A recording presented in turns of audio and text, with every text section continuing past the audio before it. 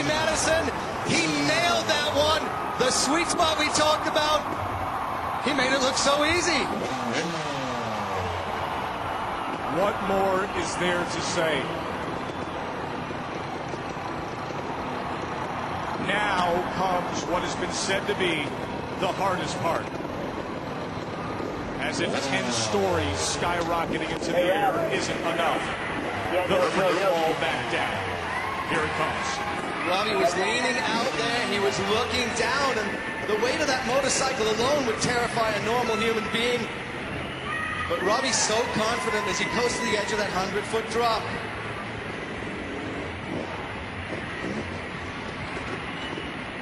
He's checking the bike is in the right gear. You can see him there, pushing up and down on the shifter pedal.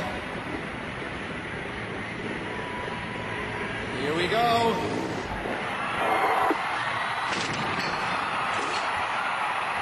He did it! Higher than anybody has ever gone before, and successfully returns